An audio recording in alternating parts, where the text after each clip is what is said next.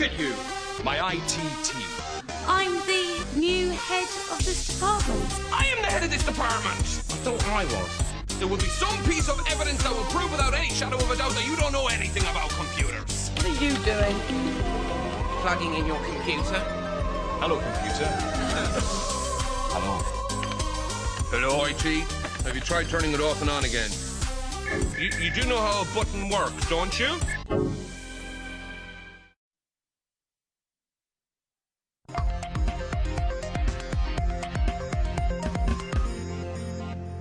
Welcome back to the lab. Franklin Harris is here. He's the managing editor at Technocrat, tech.nocr.at. What is Technocrat? I keep mentioning it, but I don't even know what it is. It's a technology review site. Let's put it that way. Like a magazine online. It's a magazine online. And of course, you do digitalunderground.tv, great video show on the internet, all about this kind of stuff.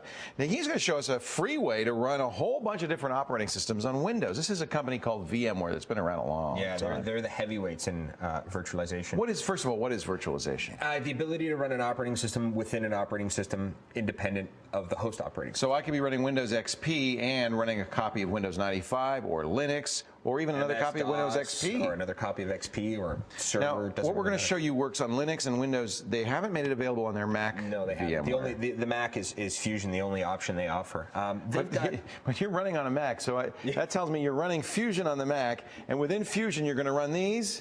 You can only you're run it in making me boot camp. crazy. You can only run it in boot camp. You're running in boot camp. Okay. If you try running it, it won't like So you're running a Windows machine. That's right. I'm running a Windows machine.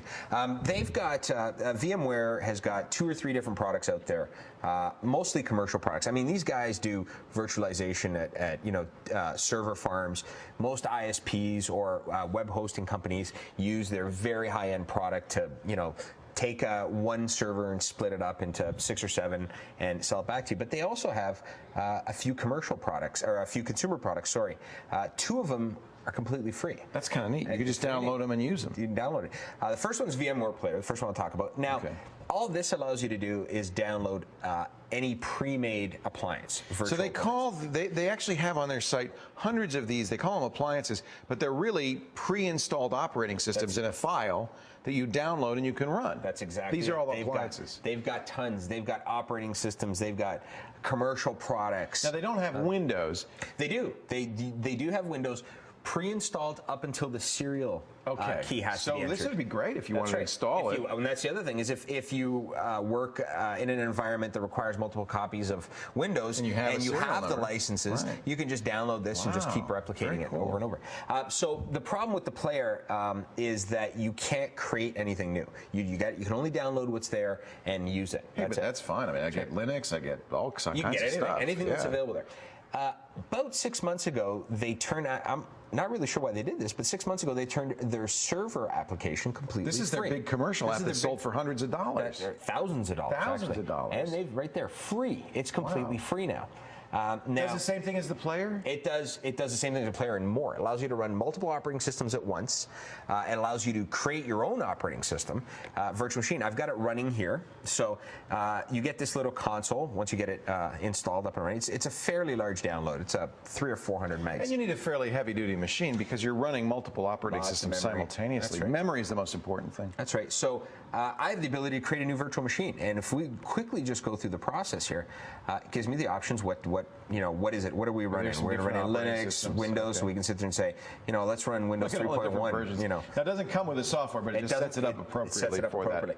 Asks you where you want to place this virtual hard disk. It's essentially one large image they put on your machine. You got networking options. You want to use a bridge. We're good with the bridge networking. How big you want your drive to be. And you're done. That's it. So once the machine has been created, if I click to start virtual machine, I could put in my Windows 3.1. I was about to say CD, because you'll get a boot. See, what you get is a boot prompt. It's kind of funny. It's like a DOS boot prompt. That's right. So it actually goes through the whole BIOS setup. So there's really kind of a machine running here in the background. That's right. Now I've got Debian pre-installed. It's not a hardware machine. So this is a Linux. This is Debian. Can you run it full screen as well as in this? I can run it full screen, absolutely. I don't have the VMware tools installed. Let's just run it in the little window. Just at the meantime, because it gives us an idea of the. Otherwise, it just looks like you're running it. So you want to know you're still running Windows XP.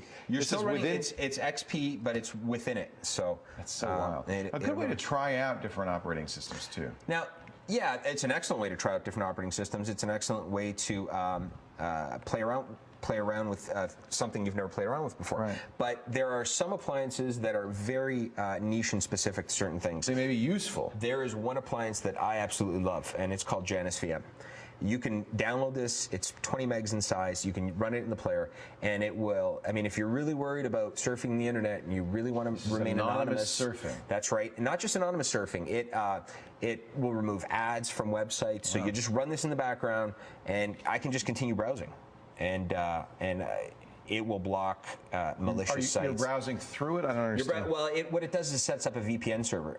You download this VPN client that's right there, and you log in. And there are hundreds of them. In fact, they even have a competition every year for the best virtual appliance, and some great ones in there, including a Staro security gateway, which we've talked about on the. Trixbox has got virtual appliance for their phone system.